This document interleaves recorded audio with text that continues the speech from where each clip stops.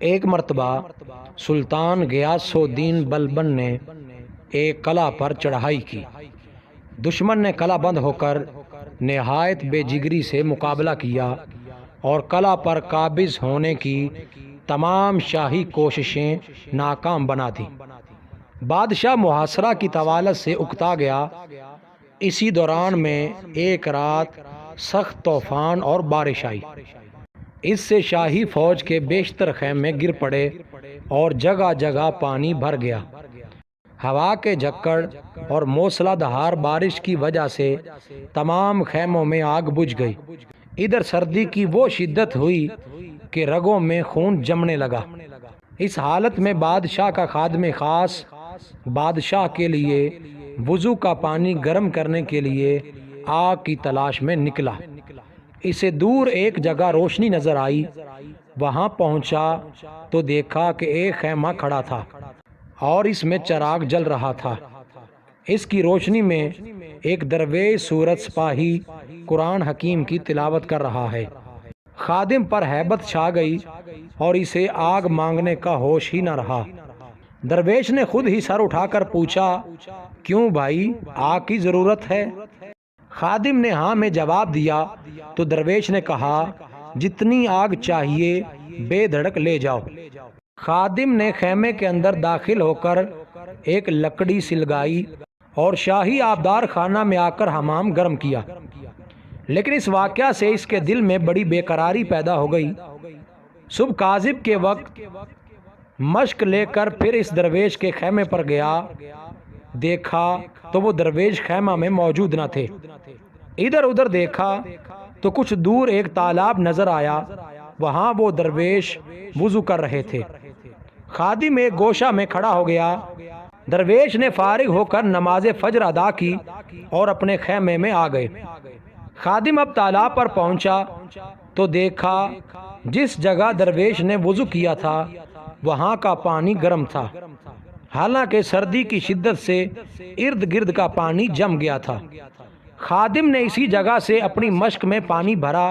اس کو لے کر آبدار خانے میں گیا اور اپنی عقل سے معلوم کر لیا کہ یہ سب اسی درویش کی عظمت اور برکت کے سبب سے ہوا ہے، لیکن اس راز کو دل ہی میں رکھا۔ دوسرے دن نماز فجر سے کچھ دیر پہلے تالاب پر پہنچا اور پانی کو دیکھا کہ جمع ہوا ہے۔ وہ ایک درخت کے پیچھے چھپ کر بیٹھ گیا۔ اتنے میں وہ درویش تالاب پر آئے اور اس کے کنارے پر ایک جگہ بیٹھ گئے۔ ان کے سامنے پانی نے اسی وقت جوش مارا۔ انہوں نے وضو کیا اور تشریف لے گئے۔ خادم نے وہاں سے گرم پانی کی مشک بھری اور سیدھا سلطان کی خدمت میں حاضر ہوا۔ خادم نے دست بستہ عرض کی کہ حضور، اگر میرے ایک راز کو خلوت میں سنیں تو گوش گزار کروں۔ سلطان نے خلوت میں جا کر اس کو اپنی بات کہنے کا موقع دیا۔ خادم نے تمام واقعات من و عن سلطان کے گوش گزار کر دیے۔ سلطان بہت حیران ہوا اور خادم سے کہا کہ کل ہم بھی تمہارے ساتھ چلیں گے۔ تم میری خوابگاہ کے باہر ٹھہرو اور وقت مقررہ پر مجھے جگا کر ساتھ لے چلنا۔ جب رات ہوئی تو سلطان خوابگاہ میں چلا گیا اور دروازے کی کنجی خادم کے حوالے کر دی۔ جب 2-4 گھڑی رات باقی رہ گئی تو خادم نے دروازہ کھول کر سلطان کو جگا دیا۔ سلطان مسلح ہو کر باہر نکلا اور خادم کے ہمراہ تالاب کے قریب ایک جگہ چھپ کر بیٹھ گیا۔ وہ درویش حسب معمول تشریف لائے۔ پانی نے جوش مارا۔ انہوں نے وضو کیا اور نماز پڑھ کر واپس تشریف لے گئے۔ سلطان نے پانی کو ہاتھ لگایا تو بہت گرم تھا۔ وہ بہت حیران ہوا اور سمجھ گیا کہ یہ درویش سپاہی کے بھیس میں کوئی مرد خدا ہے۔ اسی وقت خادم کو ساتھ لے کر درویش کے خیمہ پر پہنچا۔ وہ کلام پاک کی تلاوت کر رہے تھے۔ سلطان دست بستہ سامنے کھڑا ہو گیا۔ یہ ایک عجیب و غریب منظر تھا۔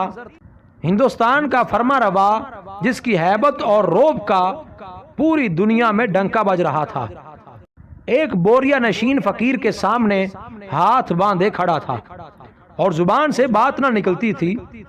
درویش تلاوت سے فارغ ہوئے تو ان کی نظر سلطان پر پڑی۔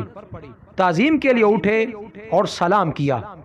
سلطان نے مؤدبانہ عرض کی کہ میری خوش بختی اور سعادت ہے کہ آپ جیسے بزرگ میرے لشکر میں موجود ہیں، لیکن اس کے باوجود افسوس ہے کہ یہ قلعہ ابھی تک فتح نہیں ہو سکا۔ دعا فرمائیے کہ اللہ تعالیٰ لشکر اسلام کو فتح عطا فرمائے۔ درویش نے ہر چند اپنے آپ کو چھپانے کی کوشش کی، لیکن سب بے سود، کیونکہ سلطان جو اپنی آنکھوں سے ان کی کرامت دیکھ چکا تھا کسی طرح نہ مانا۔ آخر انہوں نے دعا کے لیے ہاتھ اٹھائے اور سورہ فاتحہ پڑھ کر فرمایا، اسی وقت حملہ کرو، اللہ تعالیٰ فتح اور نصرت عطا فرمائے گا۔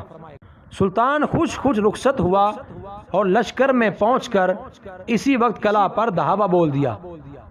محصورین نے بہت جلد ہتھیار ڈال دیے اور قلعے کے دروازے کھول دیے۔ سلطان اس فتح پر سجدہ شکر بجا لایا اور دوسرے دن درویش کی خدمت میں حاضر ہونا چاہا۔ درویش کو بادشاہ کے ارادے کا علم ہوا تو انہوں نے اپنا تمام مال و اسباب فقراء میں تقسیم کر دیا اور خود ایک کمبل اوڑھ کر لشکر سے چل کھڑے ہوئے۔ بادشاہ ان کے خیمہ پر گیا تو اس کو خالی پایا۔ یہ درویش خواجہ شمس الدین تھے۔ وہ شاہی لشکر سے نکل کر سیدھے اپنے مرشد مخدوم علاء الدین علی احمد صابر کی خدمت میں پہنچے۔ وہاں سے چند دن بعد ان کو پانی پت جانے کا حکم ہوا اور انہوں نے باقی زندگی اسی شہر میں اصلاح و تبلیغ کا فریضہ انجام دیتے ہوئے گزار دی۔ امید ہے آپ کو ہماری آج کی یہ ویڈیو بہت پسند آئی ہوگی۔ اگر ویڈیو پسند آئی تو ویڈیو کو لائک کریں اور جو دوست چینل پر نیو ہیں وہ چینل کو سبسکرائب کر کے ساتھ لگے بیل کے آئیکن کو لازمی پریس کریں۔